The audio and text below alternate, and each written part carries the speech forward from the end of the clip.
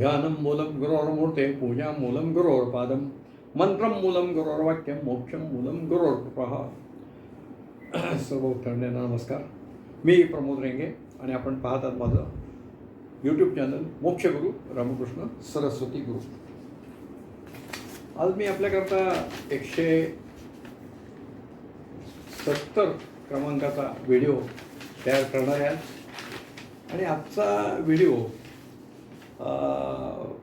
पुण्यातले एक भक्त श्रीयुत विवेक देशपांडे यांच्या अनुभवावर आधारित आहे. आणि गुरुदेवांची आठवणी हे जे पुण्याच्या सत्संग प्रकाशनाने पुस्तक प्रसिद्ध केले आहे, गुरुदेवांची आठवणी भाग 45, त्यामध्ये एक लेख आलेला आहे. सद्गुरूंसारखा असता पाठी राखा, हा विवेक देशपांडेंचा लेख आहे. आणि मोठं शब्दांकन आमच्या एक गुरुभक्त जयश्री सोनवणे यांनी ते केलेलं आहे. या देशपांडे कुटुंबाचं वैशिष्ट्य सांगत असताना आपण जे गुरुवाणीचे अंक बघतोय, अमृतकलशचे अंक बघतोय, त्याची छपाई बहुतांशी या श्रीपाद प्रकाशनमध्ये झालेली आहे. आणि त्याचे मालक हे विवेक देशपांडे आहेत. अर्थात त्याला कदाचित 2 नावं असतील त्या यांची, पण देशपांडे बंधूंनी हे छपाई मात्र केलेली आहे. हे देशपांडे मंडळी हे वाईचे राहणारे आहेत मूळतः. आणि बालपण त्यांचं वाईत गेलं, पण शालेय शिक्षण आणि कॉलेजचं जे शिक्षण असतं ते त्यांनी पुणे आणि डोंबिवली येथे पूर्ण केलं. घरामध्ये धार्मिक वातावरण होतं. त्यांचे जे आजोबा होते ते अत्यंत देवभक्त होते आणि भगवद्गीता ते म्हणत असत. वाईला जे गणपतीचं जे मंदिर आहे तिथे त्यांचं दर्शन वगैरे हे चालू होतं. कृष्णा घाटावर ते नित्य स्नानही करत असत. आणि लहानपणापासून रामरक्षा, विष्णू सहस्रनाम, अथर्वशीर्ष वगैरे म्हणण्याचं मुलांना, या त्यांच्या नातवांना त्यांनी हे प्रशिक्षण त्यावेळेस दिलेलं होतं. प्रिंटिंग प्रेसमध्ये त्यांचा प्रिंटिंग व्यवसायात त्यांचा डिप्लोमा झालेला आहे. आणि पुणे येथे त्यांनी मला वाटतं 15 ऑगस्ट 1980ला एक प्रेस सुरू केला. आणि त्या प्रेसमध्ये पूर्वी पुण्यामध्ये जे प्रकाशन होतं, प्रसाद प्रकाशन होतं, तर त्या प्रसाद प्रकाशन म्हणजे सर्व प्रकारचे धार्मिक मासिकं, धार्मिक नियतकालिकं ते प्रसिद्ध करायचे. आणि त्याचं काम त्यांना मिळायला लागलं. आणि हळूहळू आपले जे जुने गुरुभक्त आणि काही काळ आपले ट्रस्टी म्हणून राहिलेले राजाभाऊ भागवत यांच्या माध्यमातून त्यांचा परिचय झाला. आणि मग आपल्या दत्त देवस्थानचे जे काही अमृत कलश, गुरुवाणी याचंही प्रकाशनाचं काम त्यांच्याकडे यायला लागलं. मग त्यांनी हे काम सुरू केलं. आणि आधी काम सुरू केलं आणि मग त्यांना दर्शन झालेलं आहे. म्हणजे काम सुरू झालं राजाभाऊ भागवत यांच्या माध्यमातून. त्यांनी ती सेवाच एक केली आहे. जरी व्यवसाय असला तरी या कार्यात ज्यांचा हातभार लागला आहे त्याला आपण सेवाच म्हणतो. आणि ती त्यांनी केली. त्याच्यानंतर त्यांना 1984 साली मला वाटतं वाडिया कॉलेजमध्ये सुरू सरांच्या घरी त्यांना एक दर्शनाचा लाभ झाला. आणि हळूहळू ते काम वाढत गेलं. आणि चांगल्यापैकी त्यांचं सेवा सुरू झाली. आणि नगरला देखील त्यांचं आता जाणं सुरू झालं. आणि एकदा त्यांना ग्रंथ छपाई पूर्ण आल्यानंतर नगरला पोहोचवाल का असं विचारलं, तर त्यांनी त्यालाही होकार दिला. त्यानिमित्ताने नगरला दर्शन होईल. आणि मग नगरच्या दत्त देवस्थानमध्ये जी काही त्यावेळेच्या इमारती होत्या त्याचं सगळं त्यांना ते बघायला मिळालं. आणि चांगला प्रकारचा अनुभव आला. एक अनुभव असा आहे की सद्गुरूंनी त्यांच्या 88 साली त्या प्रेसलाही भेट दिली. म्हणजे सद्गुरूंना जेव्हा सांगितलं तेव्हा ते प्रेसमध्ये त्या ठिकाणी मी आमच्या प्रेसमध्ये याल का, त्यांनी निमंत्रण दिलं.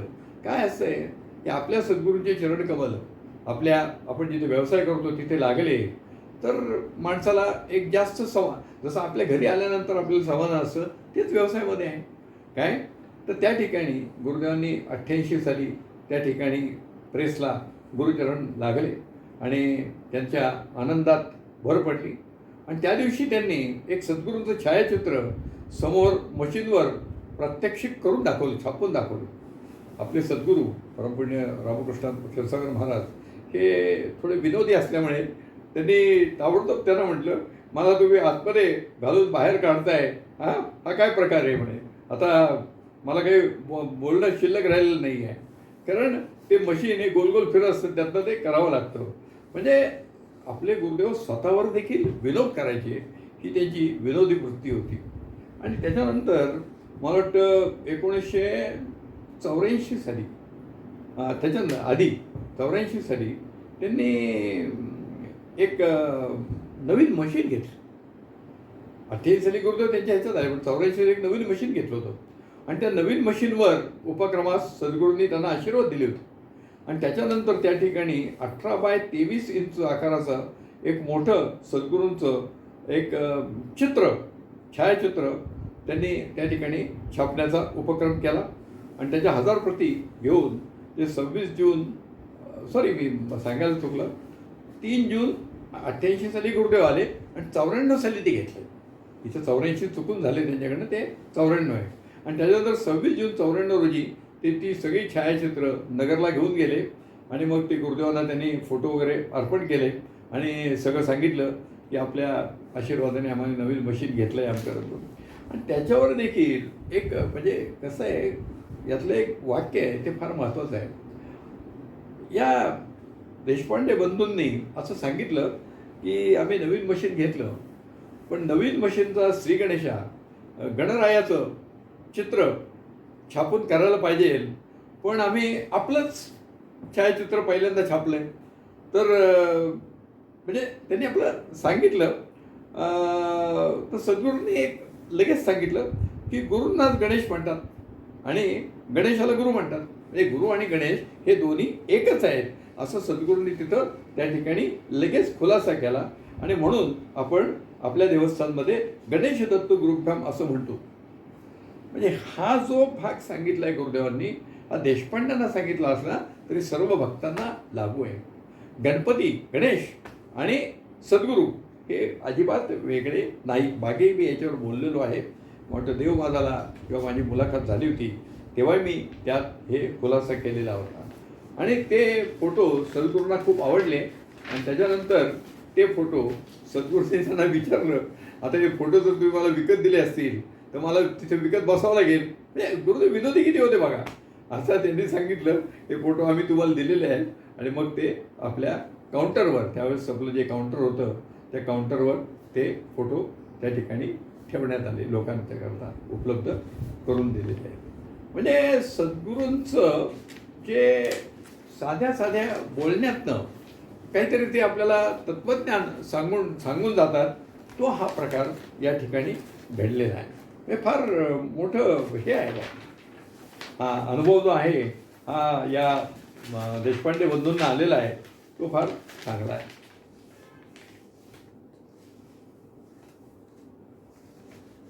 अशा तऱ्हेने देशपांडे बंधूंची एक ती सेवा त्या ठिकाणी सुरू झाली. आणि त्यांनी जी प्रेस छपाईची जी विद्या अवगत केली होती त्याचा आपल्या देवस्थानला देखील लाभ झालेला आहे. कोण कोणत्या माध्यमातून सेवा करेल हे काही सांगता येत नाही. आणि मी आपल्याला परत एकदा आवर्जून सांगतो की आपल्या गुरुदेवांचं नियोजन हे पक्कं होतं. कोणी कधी काय करायचं हे तिथे ठरलेलं होतं, तर आपल्याला माहीत नसतं. आणि मग त्या पद्धतीने जे त्यांची सेवा करणारी ही मंडळी आहेत त्यांची तयारी ते पहिल्यापासून करून घेत होते. जरी देशपांड्यांचा त्यांचा त्यावेळेस परिचय नव्हता काय, म्हणजे जेव्हा त्या प्रेसचं शिक्षण घ्याल तेव्हा परिचय नव्हता. पण सद्गुरूंचं नियोजन असं होतं, ही व्यक्ती आपल्याकडे येणार, ह्या व्यक्तीने हे शिक्षण घेतलंय, ही व्यक्ती आपल्याला आपल्या देवस्थानला या पद्धतीने मदत करणार. काय माहिती का, साक्षात्कारी पुरुष झाले, दत्तात्रयांचे अवतार झाले, तरी शेवटी जी काही कामं करायची आहेत, आपलं इप्सित जे साध्य करायचं आहे, ते या मनुष्य मात्रांच्यातनं करावं लागतं. आणि मग ही अशी जी काही माणसं ही गुरुदेवांनी हेरून ठेवलेली होती. आता गुरुदेव मी आत्ता सांगितले, गुरुदेवांनी त्यांना तेव्हा बघितलेलं पण नव्हतं. पण गुरुदेवांच्याकडे जी शक्ती होती, ती शक्ती हे काम करत असते.